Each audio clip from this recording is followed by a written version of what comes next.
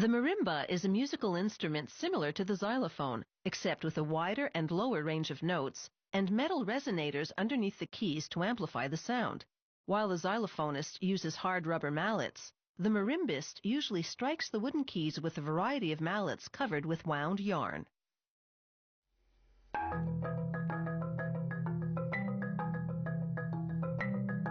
The marimba keyboard is chromatic, meaning it includes all the semitones of a musical scale, the equivalent of the 12 white and black keys on a piano.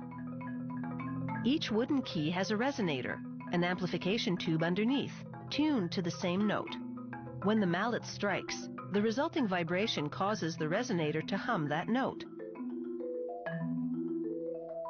transforming the otherwise thin, muted sound into a louder, richer tone. The keys are fashioned from Honduran rosewood, which is hard and dense, yet elastic. After cutting the thickness and width, they set the dial of this custom-made saw to the note they're making, which positions the wood to be cut to the correct length. No measuring required. Next, using a router, they round off all the edges. When a key has sharp edges, it's more likely to chip or splinter when struck, even though marimba mallets are soft and frequently covered with wound yarn.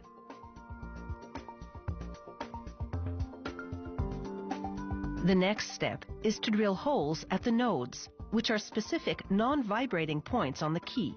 The nodal holes are for the cord that'll suspend the key over its resonator. Now, a computer-guided milling machine sculpts a very precise arch in the underside. This roughly tunes the key.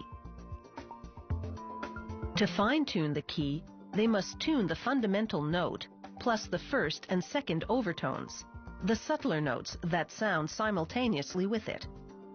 When the tuner strikes the key, an electronic machine reads the exact frequency of the vibrations. He repeatedly taps, takes readings, and sands the arch until the fundamental and overtones are pitch perfect. They seal the wood with lacquer. This protects the key from moisture penetration, which would alter the key's tuning. For each key, they make a resonator out of brass tubing. The lower the note, the wider and longer the resonator, some so long that they must be J-shaped or U-shaped to fit under the keyboard. To make those curves, workers use short angled pieces of tubing to join longer straight pieces.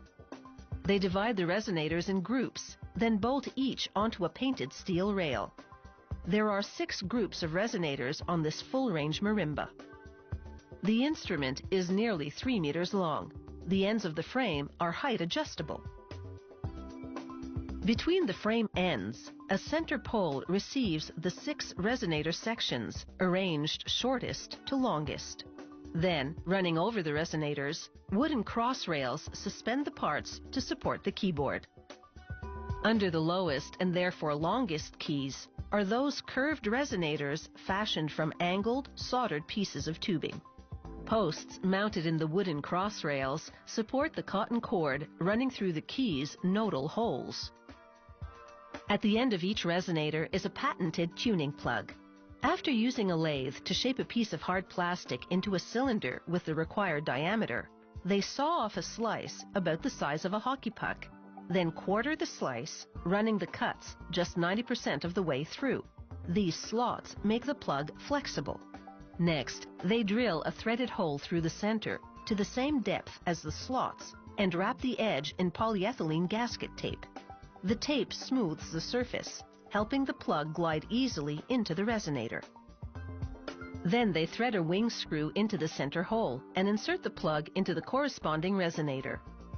To tune the instrument before playing, you move the plug up or down until the note is the exact same pitch as the key above. Then you turn the screw to push the sections outward, locking the plug in position. Everything from this point on is in the marimbist's hands.